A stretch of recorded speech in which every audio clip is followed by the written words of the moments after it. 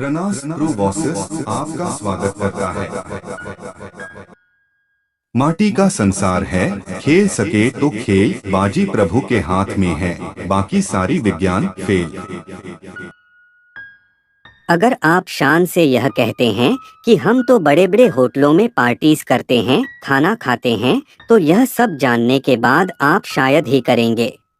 कुछ दिन पहले मेरे एक परिचित मित्र पार्टी के लिए एक रेस्टोरेंट में खाना खिलाने ले गए। मैं अक्सर बाहर का खाना खाने से कतराता हूँ, लेकिन मित्र के सामाजिक दबाव के नीचे जाना पड़ा। चिकन और पनीर तो खाने में आजकल एक रईसी की निशानी होती है, इसलिए उन्होंने कुछ डिश पनीर के भी ऑर्डर किए थे। वेटर ने खाना सर्व किया। प्लेट में रखे पनीर के अलग अलग साइज के टुकड़े मुझे अजीब से लगे। ऐसा लग रहा था कि ये छांट बीन कर बनाए गए हो। मैंने वेटर से सेफ कुक को बुलाने को कहा। कुक के आने पर मैंने उससे पूछा, पनीर के टुकड़े अलग अलग साइज और अलग अलग रंगों के क्यों हैं?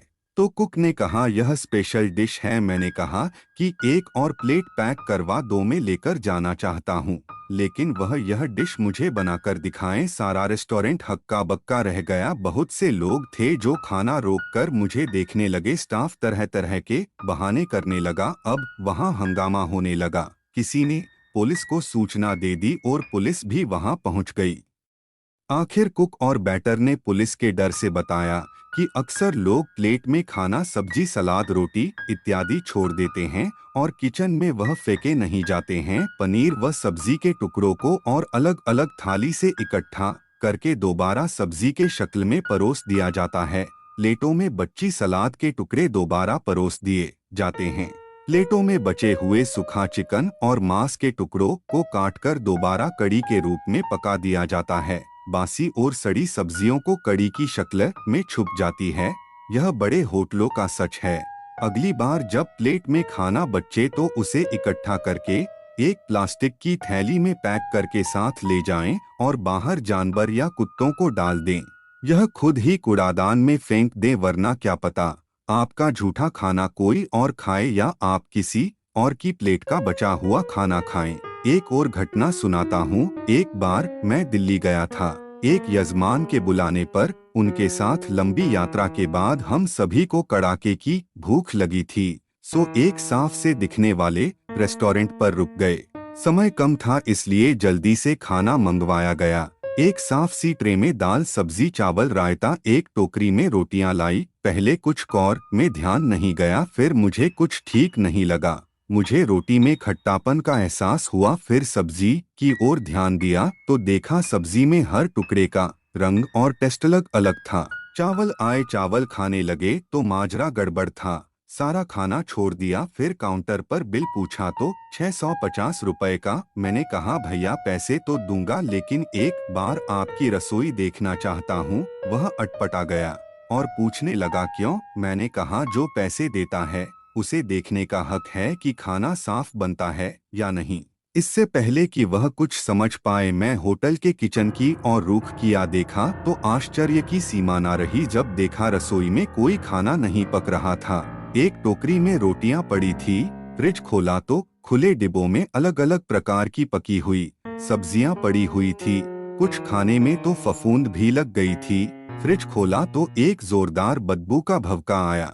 डांटने पर रसोइये ने बताया कि सब्जियां करीब एक हफ्ता पुरानी है। परोसने के समय वह उन्हें कुछ देर पहले मसाले डालकर कढ़ाई में तेज गर्म कर देता है और धनिया टमाटर से सजा देता है। रोटी का आटा 2 दिन में एक बार ही गूंथता हूँ। कई बार घंटे घंटों बिजली चली जाती है तो खाना खराब होने लगता है, तो उसमें तेज मसाले के पीछे छुपाकर परोस दिए जाता है। खराब आटे के नॉन बनाकर परोस दिया जाता है। मैंने रेस्टोरेंट के मालिक से कहा कि आप भी कभी यात्रा करते होंगे, ईश्वर करें अगली बार आप भूख से बिलबला रहे हो तो आपको बिल्कुल वैसा खाना मिले जैसा आप परोसते हैं। उसका शर्म और डर से चेहरा काला हो गया।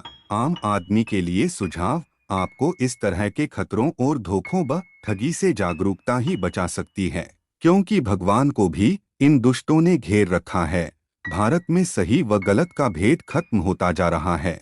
हर दुकान व प्रतिष्ठान में एक कोने में भगवान का बड़ा या छोटा मंदिर होता है, व्यापारी सवेरे आते ही उसमें धूप दीप लगाता है, गल्ले को हाथ जोड़ता है और फिर सम्मान के साथ आत्मा बेचने का कारोबार शुरू कर देता है। यह लोग भगवान से मांगते वक्त यह नहीं सोचते हैं कि हम दुनिया को क्या दे रहे हैं पैसों के लिए। यह लोग इंसानियत भूलते जा रहे हैं। छोड़िए इन लोगों की बातें, यह लोग तो कुछ भी कर सकते हैं। आप सभी दोस्तों से गुजारिश है कि अगर मजबूरी नहीं है तो खाना अपने घर पर ही बनाएं। घर से ज्यादा पौष्टिक व अच्छा खाना आपको कहीं भी नहीं मिल सकता है।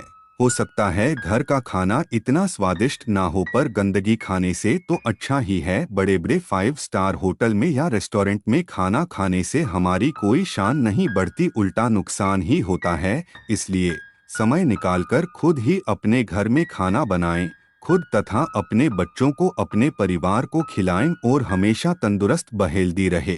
कहानी के रूप में अगर जानकारी अच्छी लगे तो लाइक शेयर कमेंट जरूर करना। चैनल को सब्सक्राइब करके बेल आइकन को प्रेस करना मत भूलना। Thank you for watching.